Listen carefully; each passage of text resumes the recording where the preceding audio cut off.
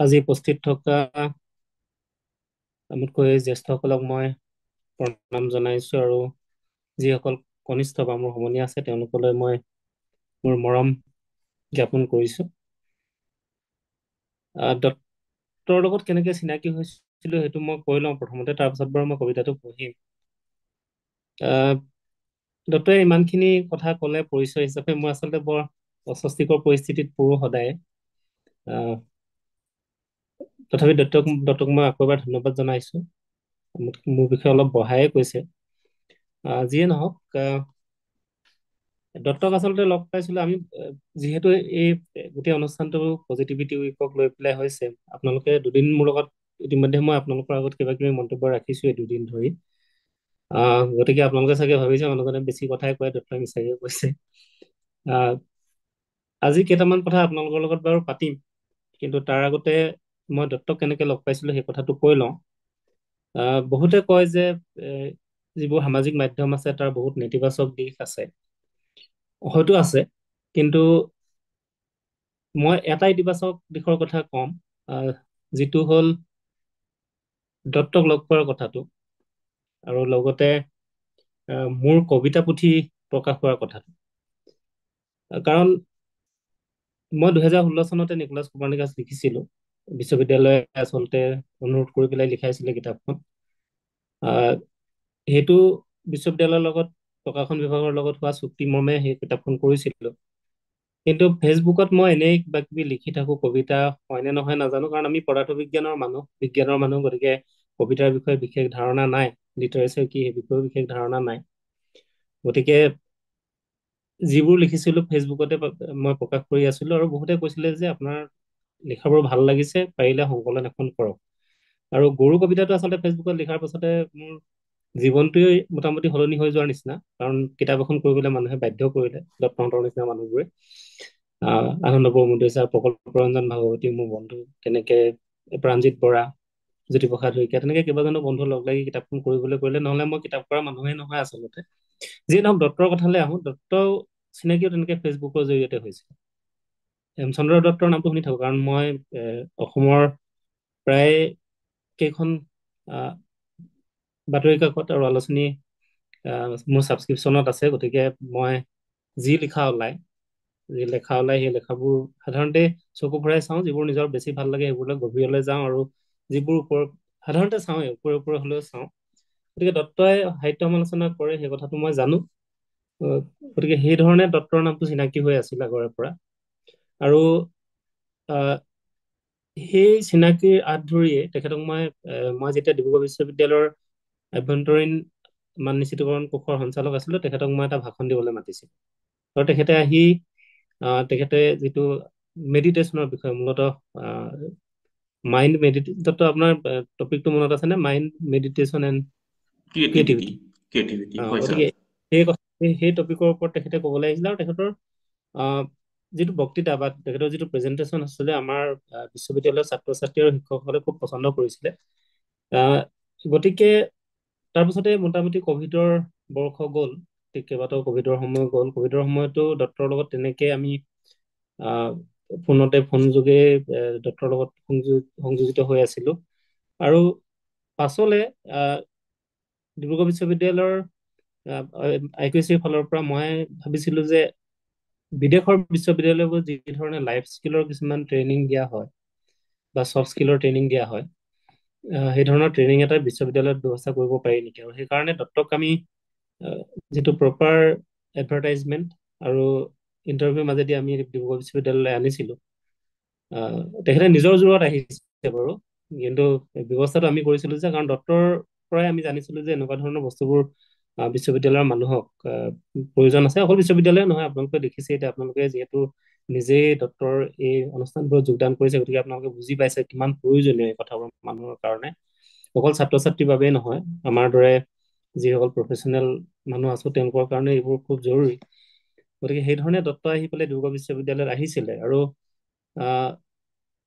দত্তক মই আনোতে প্ৰথমতে কৈছিলো যে ডিব্ৰুগড় বিশ্ববিদ্যালয়ৰ বাহিৰেও তেখেতে যাতে ওচৰ পাজৰৰ মানুহখিনি বা সমাজৰ যিখিনি নিডি মানুহ আছে, এই ধৰণৰ লাইফ স্কিল বা ছফ্ট স্কিলৰ প্ৰয়োজন যিসকলৰ আছে, তেওঁলোককো যাতে দত্তই প্ৰশিক্ষণ দিয়াৰ ব্যৱস্থা কৰে।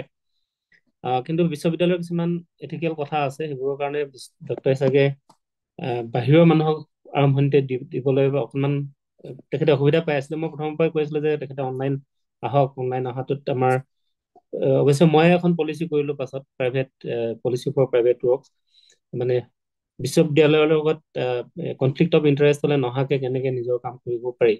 আৰু তাৰে সুবাদত আজি আপোনালোকে দেখিছে, আপোনালোকে হেমছ একাডেমি নামৰ অনলাইন স্কুলখনৰ অস্তিত্ব আপোনালোকে দেখিছে, আৰু লগতে আপোনালোকে নিজেও কিবা কিবি সুবিধা মানে শিকিবলৈ সুবিধা পাইছে। মই আশা কৰিছো যে আপোনালোকৰ যথেষ্ট লাভ হৈছে ইয়াৰ পৰা। ডক্টৰে সেইদিনা কালিও কৈছিলে চাগে যে তেখেতৰ লগত মোৰ মতান্তৰ আছে, কিন্তু মনান্তৰ নাই। মতান্তৰ থাকিবই, বিজ্ঞানৰ মানুহ হিচাপে মই সকলো কথা গ্ৰহণ কৰিবলৈ টান পাওঁ।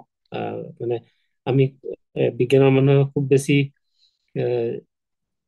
পৰীক্ষণৰ ওপৰত আমি বেছি গুৰুত্ব দিওঁ।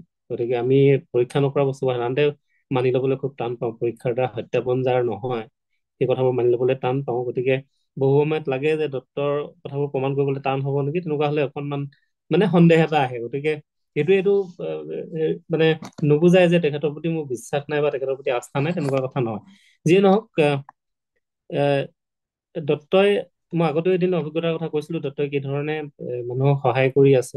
এটা আমাৰ দ্বাৰা যিটো হ'ব মানে সম্ভৱ নহয়, তেনেকুৱা ধৰণৰ কিছুমান পদ্ধতিৰে তেখেতে মানুহক সহায় কৰি আছে। মই আশা কৰিছো আপোনালোকে যিটো এডভান্স হোপনপূৰ্ণ চাগে নহয়, হোপনপূৰ্ণ অপোনপোন।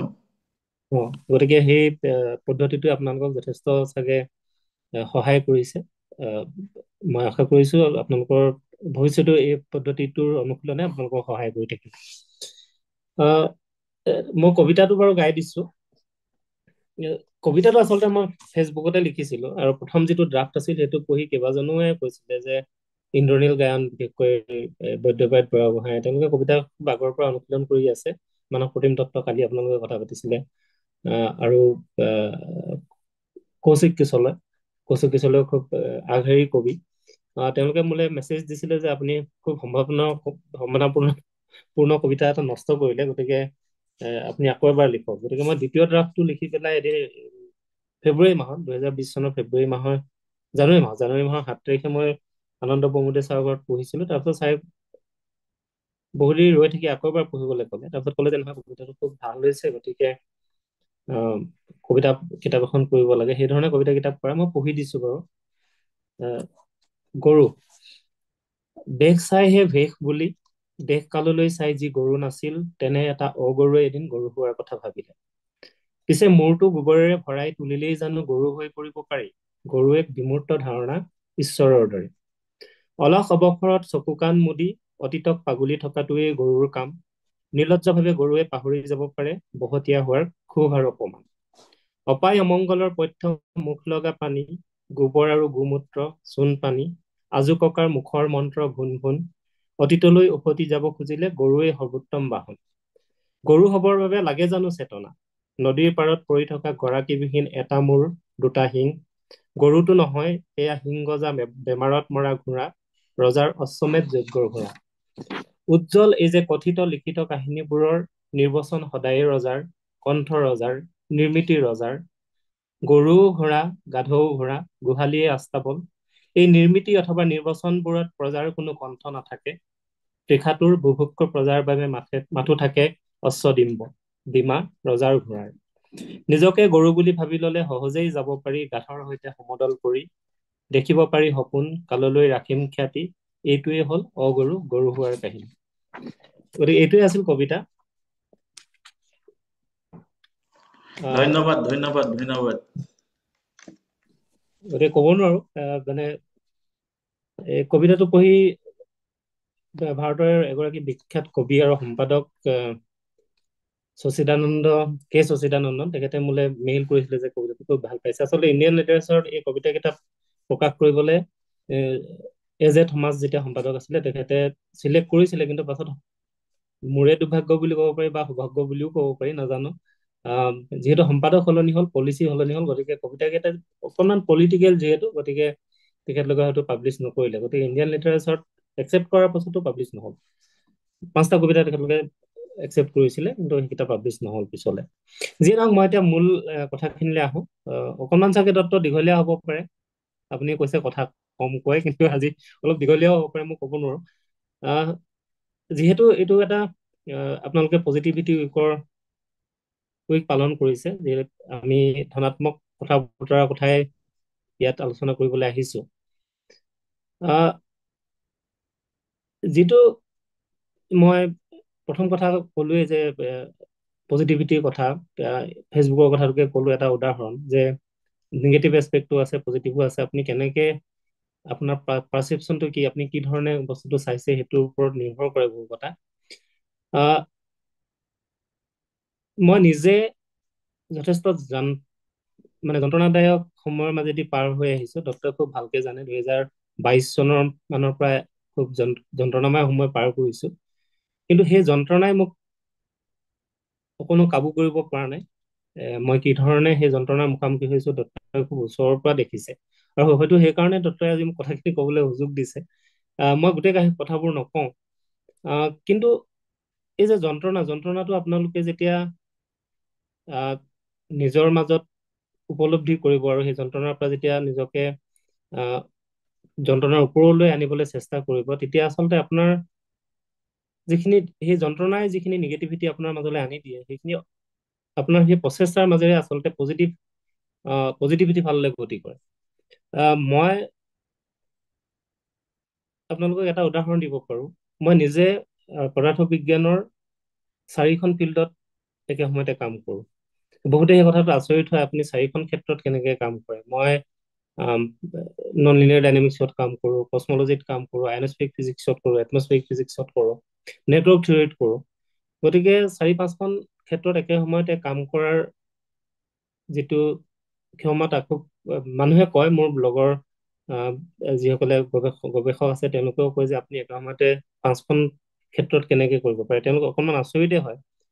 কিন্তু এই গোটেই যে মই 5খন ক্ষেত্ৰত কাম কৰিবলৈ যিটো মোৰ প্ৰচেষ্টা, সেই প্ৰচেষ্টাটো আহিছে কিছুমান নিগেটিভ কথাৰ মাজেৰে। মই আৰম্ভণিতে কাম কৰিছিলো স্পেচ ফিজিক্সত বা এটমস্ফেৰিক ফিজিক্সত। ডিব্ৰুগড় বিশ্ববিদ্যালয়ত এটা এটমস্ফেৰিক ফিজিক্সৰ লেবৰেটৰী আছে। সেই লেবৰেটৰীটো গঢ়ি তোলাত মোৰ মানুহে যিটো কয় যে তেজক পানী কৰা, হাড়ক মাটি কৰা, সেই ধৰণৰ পৰিশ্ৰম মোৰ গৈছে। কিন্তু তাৰ পাছত মোৰ যিজন গৱেষণা তত্ত্বাৱধায়ক, তেখেতৰ লগত কিছু ভুল বুজাবুজিৰ কাৰণে মই সেই গৱেষণাগাৰটো এৰি আহিবলগীয়া হৈছে। আৰু সেই যে এৰি আহিবলগীয়া হ'ল, মই 2খন ফিল্ডত যিহেতু ট্ৰেইনড আছিলো, গতিকে মই দেখিলো যে এই 2খন ফিল্ডত যিহেতু তেখেতৰ লগত মোৰ ভুল বুজাবুজি হৈছে, একেখন বিশ্ববিদ্যালয়তে থাকি, তেখেত মোৰ শিক্ষাগুৰু সহকৰ্মীও, একেখন বিশ্ববিদ্যালয়তে থাকি আমাৰ দুয়োৰে কাৰণে একেখন ফিল্ডত কাম কৰা কঠিন হ'ব। কাৰণ তেখেতে যিটো পৰ্যায় পাইছেগে, সেই পৰ্যায়টোত মই লগে লগে হয়তো সেই ধৰণৰ কাম কৰিব নোৱাৰিম। গতিকে মই নিজে 2খন বেলেগ ফিল্ড এক্সপ্ল'ৰ কৰিবলৈ আৰম্ভ কৰিছো। আৰু সেই সময়ত মোৰ খুব ডিপ্ৰেশ্যন গৈছে, কাৰণ নতুন এখন ফিল্ডত, মই ক'লোৱে যে মানুহ আচৰিত হয়, আপুনি 5খন ফিল্ডত কেনেকে একেলগে কাম কৰে। নতুন এখন ফিল্ডত কাম কৰাটো খুব কঠিন। গৱেষকসকলে বুজি পায়, যেতিয়া নতুন এখন ফিল্ডলৈ আপোনালোক আহিব, তেতিয়া কিমান জটিলতাৰ মুখামুখি হ'ব লাগে। কাৰণ ইতিমধ্যে মই 5 বছৰ বেলেগ এখন ফিল্ডত ট্ৰেইনিং লৈ আহিছো। গতিকে নতুন এখন ফিল্ডত মই আকৌ নতুনকে কাম আৰম্ভ কৰিবলৈ যথেষ্ট জটিলতাৰ মুখামুখি হ'বলগীয়া হৈছে। তেতিয়া যিগৰাকী ৰিচাৰ্চ স্কলাৰ আহিছিল, তেওঁ তেনেকুৱা নিগেটিভিটিৰ মাজেদি আহিছে। আপোনালোকে আচৰিত হ'ব, মোৰ বেলেগ এজন কলিগৰ লগত তেওঁ কাম কৰিবলৈ আৰম্ভ কৰিছিলে। একে সময়তে তেখেতে 3গৰাকী ছাত্ৰীক ল'লে, 2গৰাকী ছাত্ৰীক ৰেজিষ্ট্ৰেশ্যন কৰালে, তেওঁক নকৰালে। গতিকে তেওঁ তেখেতৰ পৰা আঁতৰি আহিবলৈ বাধ্য হ'ল। গতিকে তেওঁ এটা নিগেটিভিটিৰ পৰা আহিছে, ময়ো এটা নিগেটিভিটিৰ পৰা আহিছো। কিন্তু তেওঁক মই কৈছিলো যে কাৰণ নিজে মই নিশ্চিত নাছিলো, মই নতুন যিখন ফিল্ডত কাম আৰম্ভ কৰিম, তাত মই মানে সফল হ'ম নে নহ'ম। গতিকে যিগৰাকী ছাত্ৰী আহিছিল, তেওঁক মই বাৰে বাৰে কৈছিলো যে মই তোমাৰ গাইডৰ লগত এবাৰ কথা পাতি দিওঁ, যাতে তুমি তেখেতৰ লগতে কৰিব পাৰা, কাৰণ মোৰ নিজৰে নিশ্চয়তা নাই, মই নতুনকে আৰম্ভ কৰিছো, একেবাৰে তোমাৰ সমানেই মই নতুন। তেতিয়া তেওঁ ক'লে, নহয় ছাৰ, মই তেখেতৰ তালৈ নাযাওঁ, মই আপোনাৰ লগতে থাকিম। মোৰ আপোনাৰ ওপৰত সেইখিনি আস্থা আছে যে যিমান সময় লাগক, মই আপোনাৰ লগত আছো। গতিকে সেই ধৰণৰ পজিটিভিটি যেতিয়া এগৰাকী ছাত্ৰীয়ে আপোনাৰ আগত প্ৰকাশ কৰিব, আপোনাৰ ওপৰত আস্থা প্ৰকাশ কৰিব, তেতিয়া আপুনি পজিটিভ নহয় নোৱাৰে। গতিকে মই সেইধৰণে কাম আৰম্ভ কৰিছো। আৰু মই মোৰ শিক্ষাগুৰুজনক, যাৰ লগত মোৰ ভুল বুজাবুজি হৈ মই আঁতৰি আহিবলগীয়া হ'ল, মোৰ যথেষ্ট যন্ত্ৰণাময় সময় পাৰ হৈ আহিছে, ডক্টৰে বাৰে বাৰে কয় ক্ষমা কৰি দিয়াৰ কথা। ছাৰ যিটো চেণ্টাৰত সঞ্চালক হৈ আছিল। সেই চেণ্টাৰটোৰ এতিয়া বৰ্তমানৰ সঞ্চালক মই ইচ্ছা কৰিলে ছাৰক অহাই বন্ধ কৰি দিব পাৰোঁ, কিন্তু সেই কামটো মই কেতিয়াও কৰা নাই। ছাৰৰ প্ৰতি মোৰ শ্ৰদ্ধা কমি যোৱা নাই। ছাৰৰ লগত একেলগে এতিয়া কামো কৰি আছো। গতিকে সেই যে ক্ষমা কৰাৰ কথাটো দত্তই কয়, মই সেই কথাবোৰ ধৰক দত্তই যি ধৰণে শিকিছে মই তেনেকে শিকা নাই, কিন্তু মোৰ নিজৰ অভিজ্ঞতাৰ পৰা আপোনালোকে দেখিব, মই যেতিয়া মোৰ অভিজ্ঞতাৰ কথা আপোনালোকৰ লগত শ্বেয়াৰ কৰিম তেতিয়া দেখিব যে দত্তৰ বহু কথাৰ লগত আচলতে মোৰ যি অভিজ্ঞতাৰ পৰা মই যি শিকিছো সেই কথাবোৰৰ মিল আছে। পদাৰ্থ বিজ্ঞানৰ ছাত্ৰ হিচাপে মই আপোনালোকক কওঁ, আপোনালোকৰ পজিটিভিটি যদি প্ৰেক্টিচ কৰিব খুজিছে তেনেহলে আপোনালোকৰ প্ৰথম যিটো দৰকাৰী কথা সেইটো হ'ল আপোনালোকৰ নিজৰ ক্ষুদ্ৰত্বৰ উপলব্ধিটো। নিজকে আপোনালোকে ক্ষুদ্ৰ বুলি ভাবিব পাৰিব লাগিব, প্ৰথম কথা সেইটো। মই বিজ্ঞানৰ ফালৰ পৰা কথাটো কৈছো, যে পদাৰ্থ বিজ্ঞানৰ এজন ছাত্ৰ হিচাপে মোৰ যিটো উপলব্ধি হয় মই সেই কথাটো আপোনালোকৰ আগত কৈছো। চৰি। আপোনালোকে দেখিব বহুতে হয়তো আপোনালোকৰ বিজ্ঞানৰ পশ্চাদভূমিৰ পৰা আহিছে, আপোনালোকৰ বিজ্ঞানতে আপোনালোকে প্ৰশিক্ষণ লৈছে হয়তো, মই নাজানো কেইজন বিজ্ঞানৰ মানুহ আছে ইয়াত। আপোনালোকে জানে আমাৰ পৃথিৱীখন সৌৰজগতৰ অংশ, সৌৰজগত হাতীপতি তাৰকাৰাজ্যৰ অংশ। হাতীপতি তাৰকাৰাজ্য একেবাৰে মধ্যমীয়া ধৰণৰ এটা তৰা হ'ল আমাৰ সূৰ্যটো। মধ্যমীয়া ধৰণৰ দেই, ডাঙৰো নহয়, মধ্যমীয়া ধৰণৰ, একেবাৰে সৰুও নহয়, মাজতে আছে। আপোনালোকে এটা কথা জানি আচৰিত হ'ব, পোহৰৰ যিটো গতিবেগ, পোহৰৰ গতিবেগটো হ'ল প্ৰতি ছেকেণ্ডত 3,00,000 কিলোমিটাৰ। আমাৰ গাড়ী এখনৰ, খুব ভাল গাড়ী এখনৰ যদি ৰেচিং কাৰ এখনো চাই 300-350 কিলোমিটাৰ প্ৰতি ঘণ্টাত যায়, বা তাতকৈ অকণমান বেছি হ'ব পাৰে। ৰকেটটো 11.2 কিলোমিটাৰ প্ৰতি ঘণ্টাই, 11.2 কিলোমিটাৰ প্ৰতি ঘণ্টা ৰকেট পৃথিৱীৰ পৰা ওলাই যাবলৈ হ'লে। গতিকে 11.2 কিলোমিটাৰ প্ৰতি ঘণ্টাত ভাবি চাওক, সেইটো হ'ল খুব এটা মানে উচ্চ গতিবেগ। কাৰণ পৃথিৱীৰ পৰা আপুনি ওলাই গুচি যাব পাৰে, যিবোৰ আমাৰ ছেটেলাইট বাহিৰলৈ পঠিয়াই, বা এতিয়া ধৰক সুনিতা উইলিয়ামছক যে পঠাইছে তাৰ গতিবেগটো মিনিমাম আছিলে 11.2, তাতকৈ বেছি হ'ব লাগিব, কাৰণ ওলাই যাবলৈ হ'লে 11.2, তাতকৈ যদি দূৰলৈ যাব খোজে তেনেহ'লে অকণমান তাতকৈ বেছি হ'ব লাগিব, 11.2 কিলোমিটাৰ পাৰ আৱাৰ, মানে 11.2 কিলোমিটাৰ প্ৰতি ঘণ্টা। পোহৰৰ গতিবেগ হ'ল 3,00,000 কিলোমিটাৰ প্ৰতি ছেকেণ্ড। গতিকে ঘণ্টাত কিমান হ'ব আপোনালোকে উলিয়াই ল'ব পাৰিব।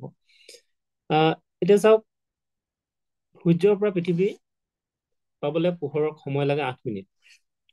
আৰু হাতীপতি, যাৰ আমি অংশ, হাতীপতি তাৰকাৰাজ্য, তাৰ কেন্দ্ৰৰ পৰা পোহৰ আহি পৃথিৱী পাবলৈ 25,000 বছৰ লাগে। ইমান এটা সুউচ্চ গতিবেগত অহা পোহৰক মানে হাতীপতিৰ কেন্দ্ৰৰ পৰা আহিবলৈ 25,000 বছৰ লাগে। তাৰমানে 25,000 বছৰ আগতে কি ঘটিছিলে, আপুনি যদি আজি হাতীপতিৰ কেন্দ্ৰলৈ চাই তেনেহ'লে 25,000 বছৰ আগতে কি ঘটিছিলে সেই কথাটো দেখিব। আৰু হাতীপতিও আকৌ মনত ৰাখিব, মই মানে ক্ষুদ্ৰত্বৰ কথা যিহেতু কৈ আছো, হাতীপতি হৈছে এটা তেনেকুৱা তাৰকা ৰাজ্যৰ এটা গোটৰ সদস্য, আৰু হাতীপতিখন একেবাৰে সৰু।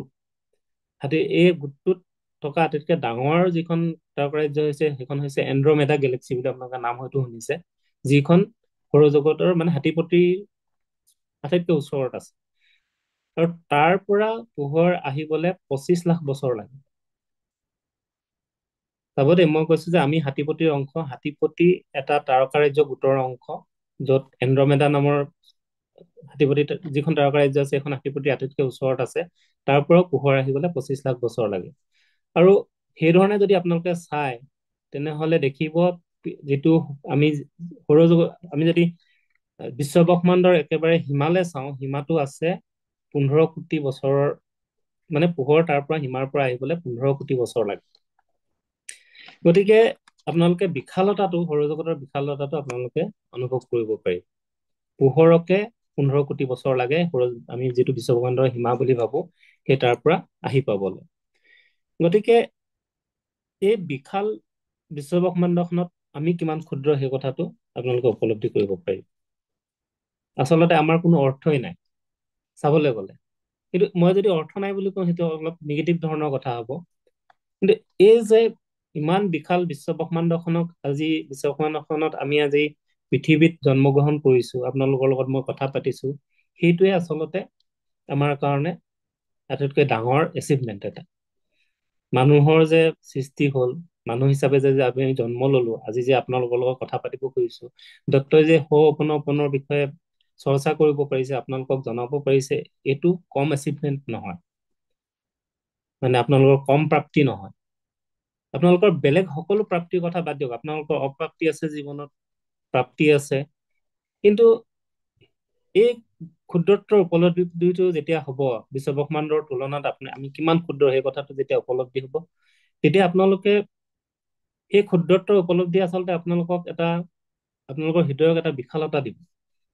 বিশালতা এইটো ধৰণে দিব যে মই ইমান ক্ষুদ্ৰ, তেনেহলে এই কথাবোৰৰ কি মিনিং আছে, হিংসা কৰা, ঈৰ্ষা কৰা, এইবোৰৰ কি অৰ্থ আছে?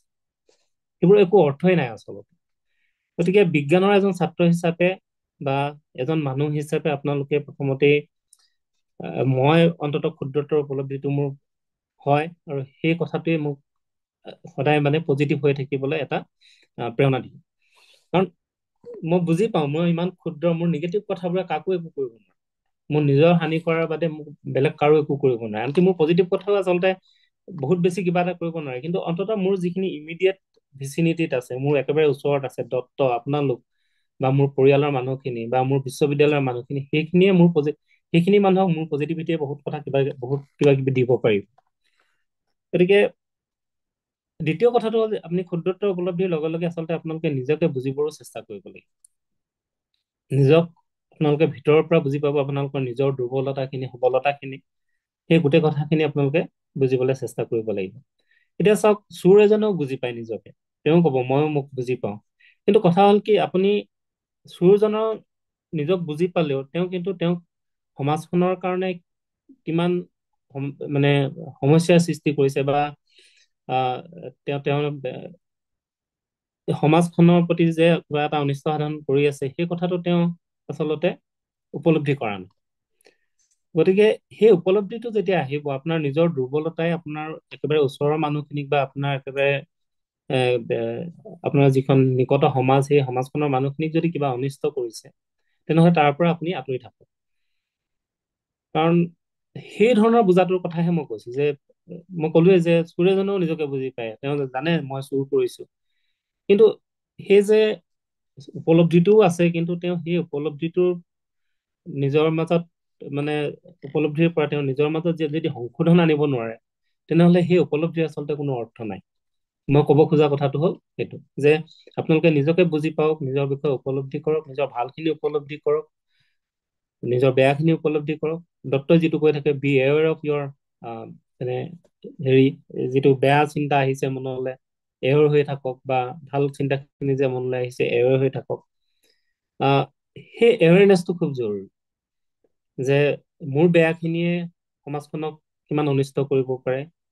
চোৰজনে সেই এৱেৰনেছটো নাই, তেওঁ জানে, তেওঁ নিজৰ বিষয়ে জানে যে মই চোৰ হয়, কিন্তু সেই এৱেৰনেছটো নাই যে মোৰ কামটোৱে এজন মানুহক কিমান অসুবিধা দিব পাৰে। মোৰ এজন সহকৰ্মী, তেওঁ আমাৰ কেম্পাছতে থাকে, তেওঁ এটা কথা সেইদিনা কৈছিলে, যে তেওঁৰ ঘৰত চুৰি হৈছিলে, তেওঁ নাথাকোতে চুৰি হৈছিলে, আৰু মানে যেতিয়া মানুহৰ প্ৰাইভেচিত আক্ৰমণ হয় নিজৰ হেৰিয়াত, তেওঁ কৈছে যে কল্যাণ দা, মই যেতিয়া আহি দেখিছো গোটেই বস্তুবোৰ সিঁচৰতি হৈ আছে, মোৰ বস্তু নাই, বস্তু হেৰুৱাৰ দুখতকৈ তেওঁৰ দুখটো হ'ল তেওঁৰ প্ৰাইভেচিত যিটো আক্ৰমণ হৈছে, আৰু সেই প্ৰাইভেচি আক্ৰমণটোত তেওঁ কৰিব পৰা একো নাই, সেই কথাটোৱে তেওঁৰ মনত যথেষ্ট যন্ত্ৰণা দিছে।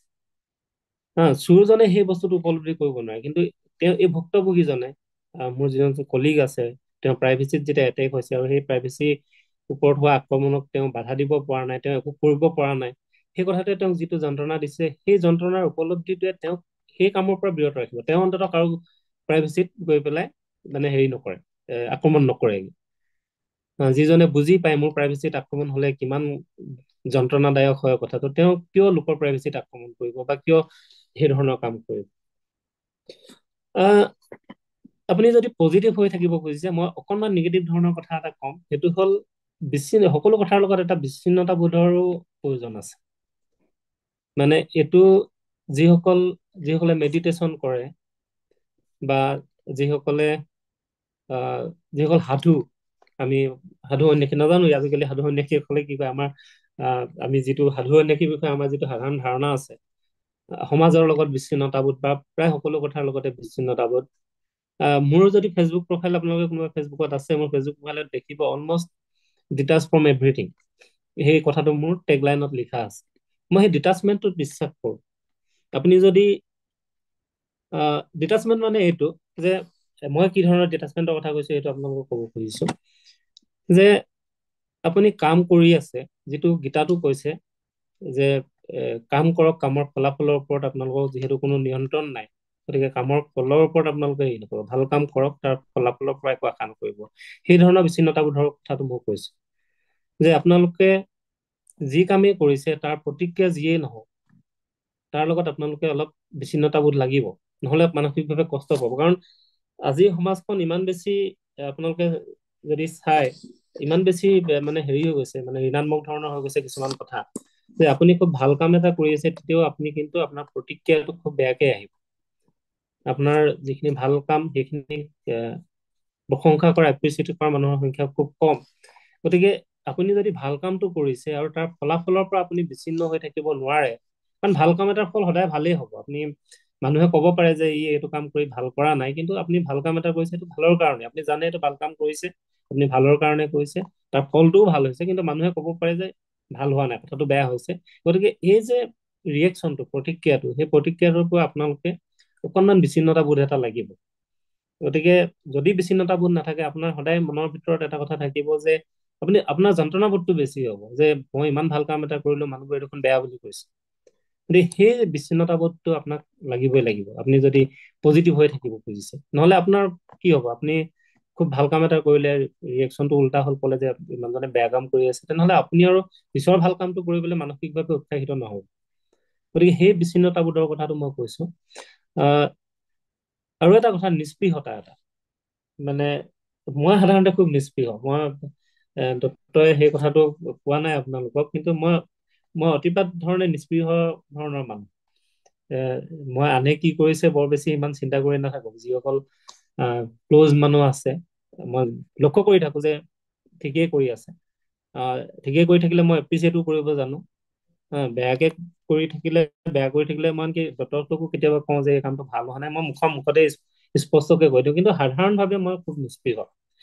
নিস্পৃহ এইটো চেঞ্চত, মই আপোনালোকক এখন কিতাপৰ কথা কওঁ। এখন চীনা উপন্যাস আছে, অলপ ডাঙৰ, ব্ৰাদাৰ বুলি, মানে ইংৰাজী অনুবাদৰ কথা মই কৈছো। ব্ৰাদাৰ পঢ়িলে আপোনালোক আচৰিত হ'ব, খুব নিগেটিভ ধৰণৰ কিতাপ। আপোনালোকৰ মাও জেডঙৰ যিটো ৰিভলিউচন আছিলে, লং মাৰ্চৰ সময়ৰ চীনৰ কাহিনী। তাত মানে কমিউনিষ্ট সকল শাসনলৈ আহোঁতে যি ধৰণৰ যন্ত্ৰণা কিছুমান মানুহে ভোগ কৰিছিলে চীনত, সেই যন্ত্ৰণাৰ কাহিনী আছে ব্ৰাদাৰ্ছ বুলি উপন্যাসখনত। তাত যি ধৰণৰ যন্ত্ৰণাৰ যি ধৰণৰ প্ৰকাশ ঘটিছে, একেবাৰে নিস্পৃহ ধৰণৰ প্ৰকাশভংগী, মানে ডিটাচ হৈ পেলাই। মই যিটো ডিটাচমেণ্টৰ কথা কৈছো, সাধাৰণতে কি হয়, তাৰ যিটো সেই কিতাপখনৰ যিজন প্ৰটাগনিষ্ট, তেওঁ দেখিছে দেউতাকহঁতৰ যন্ত্ৰণাটো। দেউতাকক মাৰি, মানে মাও জেডঙৰ বাহিনীয়ে মাৰি বজাৰত মাৰি পেলাই থৈছে, গোটেই গাত মানে হেৰি এই আপোনাৰ ধূলি বালি লাগিছে, অচিনাক্ত হৈ আছে, দুয়ো পুতেক গৈছে, দেউতাকক চিনিব পৰা নাই। সেই বৰ্ণনাটো যি ধৰণে কৰিছে, যাতনাৰ বৰ্ণনা, বা আপুনি দেখিব কিছুমান মানুহে কি কৰিছে, তাত যিহেতু মাও জেডঙে বন্দী কৰি থৈছে, তেওঁলোকৰ অৱস্থা খুব বেয়া, তেওঁলোকে মৰিবলৈও দিয়া নাই, গতিকে আত্মহত্যা কেনেকে কৰিছে আপোনালোকে বৰ্ণনা হলে গা শিয়ৰি উঠিব। মানে নিজে গজাল মূৰত লগাই হাতুৰিৰে মাৰি মাৰি পেলাই আত্মহত্যা কৰিছে। সেই ধৰণৰ যন্ত্ৰণা যি ধৰণৰ নিস্পৃহ ভাষাৰে অথৰজনে প্ৰকাশ কৰিছে, আপোনালোকে আচৰিত হ'ব। গতিকে সেই কিতাপখন অতি নিগেটিভ কিতাপ এফালৰ পৰা চাবলৈ গ'লে, কিন্তু অতি পজিটিভ কথাটো হ'ল কি, সেই যন্ত্ৰণাৰ প্ৰতি ইমান নিস্পৃহতা, সেই কথাটো খুব পজিটিভ। আপোনালোকে দেখিছে যে ইমান যন্ত্ৰণা মানুহবোৰে মানে হেৰি সহ্য কৰিব লগা হৈছে, কিন্তু সেই যন্ত্ৰণাৰ বিষয়ে যেতিয়া প্ৰকাশ কৰিছে মানুহজনে, তেওঁ অতি নিস্পৃহ ধৰণে কৰিছে। গতিকে সেই কথাটো হ'ল সেই উপন্যাসখনৰ এটা ডাঙৰ পজিটিভ দিশ, যে মানুহে নিস্পৃহভাৱে যন্ত্ৰণাৰ প্ৰতি নিস্পৃহতাটো থাকিব লাগে। আপুনি যন্ত্ৰণাৰ পৰা শিক্ষা ল'ব, কিন্তু যন্ত্ৰণাৰ প্ৰতি অকণমান নিস্পৃহ হৈ থাকিব পাৰিলে ভাল। গতিকে উদাসীনতাৰ কথাটো আহিব, যে আপোনালোকে যন্ত্ৰণাৰ প্ৰতি উদাসীন হয় নে নহয়। বহু সময়ত উদাসীন হৈ থাকিব পাৰিলে ভাল। মই আগতেও এখন কিতাপৰ কথা কৈছিলো, আনকি ডক্টৰ মৃদুল বৰদলৈও এখন কিতাপৰ কথা কৈছিলে, মেনছ চাৰ্চ ফৰ মিনিং। তাত ইহুদীৰ সকলৰ ওপৰত যিটো হল'কাষ্টৰ মানে হেৰি আহিছিল, আতংক নামি আহিছিল, তাত যিখিনি যাতনা সেই মানুহজনৰ, আহ যিজন ডাক্তৰ, তেওঁৰ যিখিনি যাতনাৰ প্ৰতি বহু সময়ত উদাসীন হৈ থাকি তেওঁলোকে জীৱনটোক মানে ধনাত্মক ৰূপত গ্ৰহণ কৰিব পাৰিছে। মই মোৰ বন্ধুসকলক প্ৰায়ে এটা কথা কওঁ, আহ, আপোনাৰ বন্ধুৱে যদি আপোনাৰ বিষয়ে নিগেটিভ কথা এটা কৈছে, তেনেহলে আপুনি লগে লগে ভাবি নলব যে মানুহজন খুব নিগেটিভ, আপোনাক বেয়া পায়। মই মোৰ বন্ধুজনক এই কথাটো কৈছিলো যে মই যদি আপোনাৰ ভাল বিচাৰিছো, আপুনি বিপদত নপৰাটো বিচাৰিছো, তেনেহলে মই বহু সময়ত আপোনাক চাগে নিগেটিভ কথা কম। মই এটা উদাহৰণ দিছিলো যে ধৰক ডক্তৰে জাপ মাৰিব খুজিছে, দীঘল জাপ এটা মাৰিব, আৰু সেই জাপটো মাৰিলে মানে এক ধৰণৰ ৰেকৰ্ড এটা হ'ব, মানুহে খুব প্ৰশংসা কৰিব যে এইটো বৰ দীঘল জাপ মাৰিছে। কিন্তু মই জানো যে জাপটো মাৰিলে তেখেতে গৈ পেলাই কাঁইটীয়া ঠাই এডোখৰত পৰিব।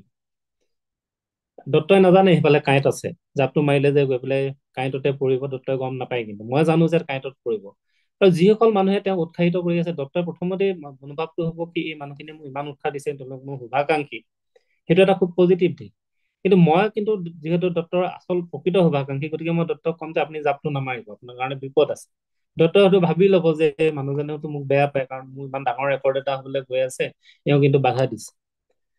গতিকে সেই ধৰণৰ মানে যিটো আণ্ডাৰষ্টেণ্ডিং, সেই আণ্ডাৰষ্টেণ্ডিংটো লাগিব। মই মোৰ বন্ধুজনক সেইটোৱে কৈছিলো যে মই আপোনাক বেয়া কথা ক'ব পাৰো, কিন্তু বেয়া কথা কওঁতে আপুনি জানিব মই যিহেতু আপোনাৰ প্ৰকৃত বন্ধু, গতিকে মই আপোনাৰ বিপদৰ কাৰণেহে, আচলতে বিপদৰ পৰা সাৱধান কৰি দিবলৈহে বেয়া কথাটো কৈছো। গতিকে সেই ধৰণৰ আণ্ডাৰষ্টেণ্ডিংটো আপোনালোকক লাগিব। আপোনালোকে বুজি পাব লাগিব আপোনাৰ প্ৰকৃত শুভাকাংক্ষী কোনজন আৰু কোনজন প্ৰকৃত শুভাকাংক্ষী নহয়। বহু সময়ত আপুনি দেখিব মানে পজিটিভ কথা কোৱা মানুহৰ মাজতে আচলতে কিছুমান নিগেটিভ কথা সোমাই আছে। গতিকে সেই ডিফাৰেঞ্চিয়েশ্যনটো খুব প্ৰয়োজনীয়। আপোনালোকে সেই পাৰ্থক্যটো কেনেকে বুজি পাব, সেইটো অৱশ্যে আহ, একেদিনাই অহা কথা নহয়, আপুনি মানুহৰ মুখৰ কথাতে ধৰিব নোৱাৰে। সেইকাৰণে মই ভাবো যে কিছুমান নিগেটিভ এক্সপিৰিয়েঞ্চ মানুহক লাগে। মই যে কৈছো 2022 চনৰ পৰা মই যথেষ্ট যন্ত্ৰণাৰ মাজেদি পাৰ কৰিছো, বহুত নিগেটিভ এক্সপিৰিয়েঞ্চ আছে, কিন্তু এই সময়খিনিত মই মানুহক চিনি পাবলৈ শিকিম। মানুহবোৰৰ স্বৰূপ, যাক মই শুভাকাংক্ষী বুলি ভাবিছিলো তেওঁলোকৰ স্বৰূপ, যাক মই ভাবিছিলো যে নাই এই মানুহজনে মোক বেয়া পায়, তেওঁলোকৰো স্বৰূপ। গতিকে সেই কথাবোৰ কিছুমান নিগেটিভ এক্সপিৰিয়েঞ্চ নহলে আপোনালোকে গম নাপাব। আপোনালোকে যদি সদায় পজিটিভেই পাই থাকে, আপোনালোকৰ এক্সপিৰিয়েঞ্চটো যদি সদায় পজিটিভেই হয়, তেনেহলে আপোনালোকে বহু কথা জীৱনত নিশিকিবই। গতিকে জীৱনত বহু কথা শিকিবৰ কাৰণে আপোনালোকৰ আচলতে নেতিবাচক অভিজ্ঞতা কিছুমানৰ প্ৰয়োজন আছে, মই যিটো ভাবো। মোৰ ভুল হ'ব পাৰে তেওঁলোকে, সেইকাৰণে মই কৈছো যে এই নেতিবাচক অভিজ্ঞতাবোৰৰ প্ৰতি আপুনি তাৰ পৰা শিক্ষা ল'ব, কিন্তু এক ধৰণৰ বিচ্ছিন্নতাবোধ, এক ধৰণৰ নিস্পৃহতা, আহ এক ধৰণৰ উদাসীনতা আপোনালোকক লাগিব। আহ আপুনি যদি পজিটিভ হৈ থাকিব খোজে, তেনেহলে কাৰোৰ পৰা কোনো প্ৰত্যাশা নাৰাখে। প্ৰত্যাশাই আচলতে দুখ দিয়ে, আৰু এটা এটা নিগেটিভিটি আনি দিব পাৰে। আপুনি ভাবি থাকিব যে, বহু সময়ত তেনেকুৱা হয় নহয়, যে আপুনি আপোনাৰ এটা প্ৰত্যাশা থাকে, মই এই কিতাপখন পঢ়িছো, খুব প্ৰশংসিত হ'ব, বা কিবা পুৰস্কাৰ আহিব, বা বেলেগ ধৰণেও আপোনালোকে ভাল কাম এটা কৰিছে, মানুহে খুব ভাল প্ৰশংসা কৰিব। সেই প্ৰত্যাশা যদি আহ মানে মই মূলত এইখিনি কথাই কৈ আছো যেন লাগিছে, কাৰণ গোটেই কথাটো গৈ পেলাই এটা কথাতে পৰে, সেই বিচ্ছিন্নতাবোধৰ কথাটোতে পৰেগৈ। কাৰণ প্ৰত্যাশা নৰখা মানে কি, আপুনি কামটো কৰিছে, আপুনি সেই কামটোৰ পৰা অলপ বিচ্ছিন্ন হৈ আছে। আমাৰ এজন গণিত বিভাগৰ এজন অৱসৰপ্ৰাপ্ত অধ্যাপক আছে, আমাৰ সকলোৰে শিক্ষক, গোপাল চন্দ্ৰ হাজৰিকা। মই ভাবো যে ডক্তৰে আচলতে গোপাল চন্দ্ৰ হাজৰিকা ছাৰকো এদিন তেখেতসকলৰ মাজলৈ মাতি আনিব, ছাৰৰ লগত কথা পাতিলে খুব ভাল পাব। ছাৰে এটা কথা মোক কৈছিলে, ছাৰে আচলতে খুব ধেমাজিৰ ফালৰ মানুহ, লখিমপুৰৰ। আহ, তেখেত যেতিয়া ছাত্ৰ অৱস্থাত আছিল, তেখেতৰ ঘৰৰ আৰ্থিক অৱস্থা খুব বেয়া আছিল। ছাৰে, মই জানো ছাৰে সেইটো কথা ক'লে বেয়া নাপায়, কাৰণ ছাৰে সেই কথাটো সদায় এটা পজিটিভ হেৰি হিচাপেই লয়, ধনাত্মক দিশ হিচাপেই লয়। ছাৰে মোক এটা কথা কৈছিলে যে, কল্যাণ, যেতিয়া কিবা এটা খাবা, খাওঁতে তুমি যিমান বেয়া পালেও নিজকে কবা যে আজি খোৱাটো কিন্তু খুব ভাল লাগিল। কাৰণ ডক্তৰে যিটো কথা কৈ আছে যে আপোনালোকৰ যেতিয়া বডিৰ লগত কথা পাতে, এটা সময়ত বডিটোৱে ৰেচপণ্ড কৰিবলৈ আৰম্ভ কৰে। মোক গোপাল চন্দ্ৰ হাজৰিকা ছাৰে সেই কথাটো বাৰে বাৰে কয় সদায়, কল্যাণ যেতিয়াই খাবা, তেওঁ নিজেও কয় যে আজি খোৱাটো খুব ভাল আছিল দেই, অথচ মই লগতে খাইছো, মই গম পাওঁ মানে ভাজিত নিমখ বেছি হৈছে, দাইলত পানী বেছি হৈছে, আচলতে খোৱাটো খুব বেয়া হৈছে, কিন্তু ছাৰে সদায় ক'ব যে খোৱাটো খুব ভাল হৈছে। তেখেতে কৈছে যে মই যেতিয়া কম এই যে খোৱাখিনি সমতুল নহল, মানে নিমখ বেছি হ'ল, পানী বেছি হ'ল, কিবা কিবি কমি থাকিলে, সেই বডিটোৱে সেই কথাটো গম নাপায়, বডিটোৱে খুব ভালকেই গ্ৰহণ কৰিব, ছাৰে সেই কথাটো কয়। গতিকে সেই সৰু সৰু কথাবোৰ উপভোগ কৰিব। আপুনি বজাৰলৈ গৈছে, বজাৰত গৈ দেখিছে, সেইদিনা মই সৰু কথা এটা, আপোনালোকে মোৰ ফেচবুক পোষ্ট যদি কোনোবাই চাই দেখিব, মই সৰু সৰু কথাত আনন্দ পাব জানো। আহ অকণমান ব্যংগ থাকে কথাবোৰত, মানে যিবোৰ অভিজ্ঞতা হৈছে, মোৰ মোৰ ল'ৰাটো সৰু হৈ আছে, তাৰ এই ক্লাছ 2 পাইছেগে, 7 বছৰ। আমি সদায় মই সৰু উদাহৰণ এটা দিছো, কেনেকুৱা ধৰণৰ অভিজ্ঞতাত মানে অভিজ্ঞতাই আনন্দ দিয়ে। আহ, আমি বজাৰলৈ প্ৰায় যাওঁ, তাক লৈ যাওঁ, মই গধূলি লগত লাগি লয়, দেউতা ময়ো যাওঁ বজাৰলৈ। বজাৰলৈ গৈ থাকোতে আমাৰ কেম্পাছৰ গৰু কিছু মানে হেৰি ছাগলী কুকুৰ কিছুমান খুব দগধা হ'ল। গতিকে কি হয়, আমি গ'লেও আমাক দেখি আঁতৰিয়ে নিদিয়ে। ই মোক সদায় সোধে, দেউতাই কুকুৰবোৰে কেলে আঁতৰি নিদিয়ে। মই কৈছো সিহঁতি কুকুৰ, সিহঁতি মানুহ নহয় কুকুৰ, গতিকে সিহঁতে আঁতৰি নিদিয়ে। সিহঁতৰ সেই গোটটো নাই যে আঁতৰি দিব লাগে। গতিকে ব'লা এনেকে যাওঁ, চাইডেদি পাৰ হৈ যাওঁ। এতিয়া কি হয়, আমাৰ বিশ্ববিদ্যালয়তো বহুত ছাত্ৰ ছাত্ৰী আছে, সিহঁতি স্কুটাৰ মটৰচাইকেল লৈ আহে। এদিন ৰাস্তাতে বজাৰলৈ যাওঁতে ৰাস্তাতে মানে ৰাস্তাত ৰাখিব নালাগে, কিন্তু আমি অহা যোৱা কৰা যিটো ৰাস্তা, গাড়ী অহা যোৱা কৰা ৰাস্তা, তাতে আহ স্কুটাৰ মটৰচাইকেল ওপৰত আছে। গতিকে যাবলৈ ৰাস্তা নাই, মোক ই সুধিছে, দেউতাই এইবোৰ কুকুৰৰ বাইক নেকি? গতিকে মানে তাত এটা ব্যংগ আছে নহয়, যে কুকুৰেহে তেনেকে বাইক চলাব তাৰ কথাটোৰ অৰ্থ সেইটো। গতিকে এই সৰু সৰু কথাবোৰ আপোনালোকে নিজৰ যদি সন্তান আছে, সন্তানৰ লগত শিশুৰ পৃথিৱীখনত থাকি বা নিজৰ মাজতো আহ সেই ৰসবোধটো লাগে। আপুনি যদি আহ সৰু সৰু কথাত, যিটো আপোনালোকে ৰস গ্ৰহণ কৰিব পৰাটো খুব প্ৰয়োজনীয় কথা এটা। মোৰ তেনেকুৱা বহুত অভিজ্ঞতা হৈছে, সৰু সৰু অভিজ্ঞতা, যিবোৰে খুব আনন্দ দিয়ে। গতিকে সেইবোৰ তাৰমানে আপোনালোকে, যদি মনত দুখো আছে, মানুহৰ যাতনা থাকিবই নহয়। আপুনি যিহেতু মই কৈছোৱে যে এতিয়া ধৰক আমি আটাই দত্তই জানে আমি কিমান আৱেগিক মানুহ। দত্ত নিজেও অতি আৱেগিক মানুহ, মই নিজেও অতি আৱেগিক মানুহ, সংবেদনশীল। মই আৱেগিক মানে এইটো ক'ব খুজিছো যে আমাৰ সংবেদনশীলতাটো খুব বেছি। আপোনালোকে যে ইয়াত আজি যোগদান কৰিছেহি, ডক্টৰৰ যিটো এহেমছ একাডেমি আছে, তাত বিভিন্ন ধৰণৰ মেডিটেশ্যনৰ টেকনিক বা টেকনিক শিকিব খুজিছে, NLP টেকনিক শিকিব খুজিছে। আপোনালোক এটা কাৰণতে ইয়াত গোট খাইছে, সেইটো হ'ল আপোনালোক খুব সংবেদনশীল মানুহ। আপোনালোকৰ কিছুমানে সেই সংবেদনশীলতা আনি দিয়া যাতনাক কিছুমানে অতিক্ৰম কৰিব চেষ্টা কৰিছে, কিছুমানে পাৰিছে, কিছুমানে পাৰিবগে। ডক্টৰ প্ৰশিক্ষণত আপোনালোকে সেইখিনি সক্ষম হ'ব বুলি ভাবিছো। গতিকে আপোনালোক খুব সংবেদনশীল মানুহ। গতিকে সেই সংবেদনশীল মানুহখিনিয়ে আচলতে এই ধৰণৰ কথাবোৰ, মানে যিটো মই ক'লো যে সৰু সৰু কথাত আপোনালোকে আনন্দিত হ'বলৈ শিকক জীৱনৰ প্ৰতি। তেতিয়া এটা যদি খুব তেতিয়া মানে স্বয়ংক্ৰিয়ভাৱে আচলতে এটা খুব ধনাত্মক আপোনালোকৰ মানে হেৰি আহিব, দৃষ্টিভংগী আহিব।